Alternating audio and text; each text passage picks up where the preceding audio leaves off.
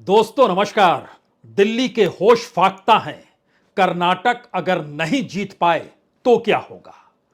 कर्नाटक में ना जीतने का मतलब है 2024 की दिशा में बढ़ते हुए कदम एक झटके में थम जाएंगे। 2024 को लेकर कर्नाटक ही वो दरवाजा है जो विपक्ष की एकजुटता पर मुहर लगाएगा या नहीं लगाएगा, यह कर्नाटक में तय हो जाएगा। कांग्रेस विपक्ष की अगुवाई करेगी या विपक्ष में उसकी कोई हैसियत नहीं बचेगी, यह कर्नाटक में तय हो जाएगा। पदयात्रा राहुल गांधी की जो निकली, उसकी सफलता और असफलता भी कर्नाटक चुनाव से जाकर जुड़ चुकी है। इस देश के भीतर में जो अडानी कांड है और जो नारे अडानी मोदी के लग रहे हैं और जेपीसी की मांग हो रही है, अगर कर्नाटक बीजेपी हार गई तो वो सारा शोर कहीं तेज हो जाएगा, कहीं तीखा हो जाएगा। इस देश में ही नहीं बल्कि दुनिया भर के भीतर भारत के लोकतंत्र को लेकर जो सवाल विपक्ष उठा रहा है, उस पर भी कहीं ठप्पा ना लग जाए अगर कर्नाटक में बीजेपी चुनाव हार जाती है तो। अब यहीं से सबसे बड़ा सवाल है कि दिल्ली के होश अगर फाख्ता हैं, नींदें गायब हो चली हैं, तो वो क्या करेगा। कर्नाटक के लिए हर प्रयोग करने की दिशा में दिल्ली बढ़ चुकी है। सवाल सिर्फ अमूल का नहीं है और सवाल सिर्फ किसानों का नहीं है।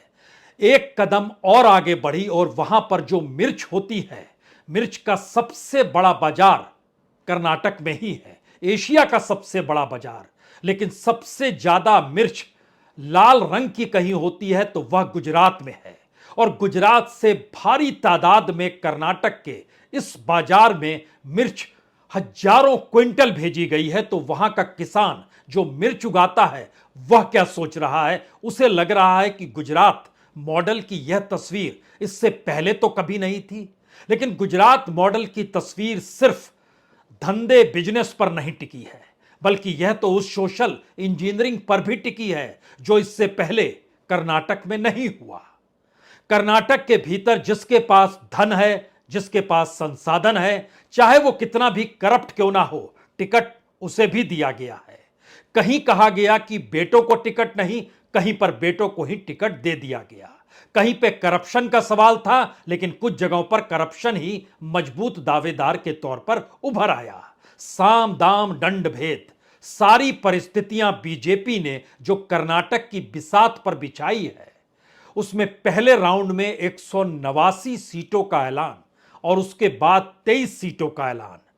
जिनके पत्ते कटते चले गए वह विरोध की स्थिति में आ गए, बगावती मूड में है, और बीजेपी समझ नहीं पा रही है कि अब क्या करें।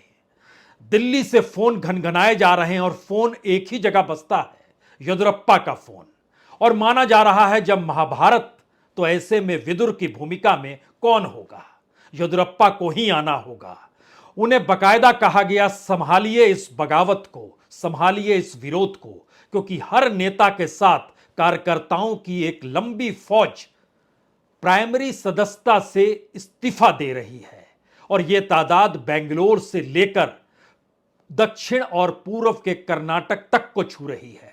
तटीय इलाके में जहां पर नया प्रयोग बीजेपी यानी दिल्ली से हो रहा है, उस पर भी बगावती मूड में वहां के विधायक, मंत्री जिन्हें टिकट नहीं मिला, जो खुद को कद्दावर समझते हैं, वह भी आकर खड़े हो चले हैं।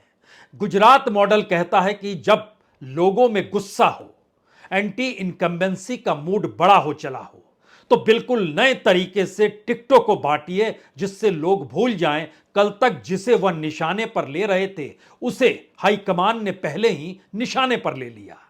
लेकिन बात इससे संभल नहीं रही है। 52 नए चेहरों को उतारा गया, आधे दर्जन से ज्यादा विधायकों के टिकट कट गए। जिनकी हैसियत एक वक्त मुख्यमंत्री की रही, जिनकी हैसियत एक वक्त डिप्टी मुख्यमंत्री की रही, उनके भी टिकट कट गए। लेकिन स्थितियां नाजुक हो चली हैं, और इन नाजुक स्थितियों में क्या वाकई गुजरात के भीतर से निकलकर जो गुजरात मॉडल समूचे देश में समाने का दबाव दिल्ली की सत्ता लगातार ये कहकर बना रही है कि हम चुनाव जीतते हैं, मॉडल हमारा रहना चाहिए, क्या कर्नाटक में वह फेल होने लगा है।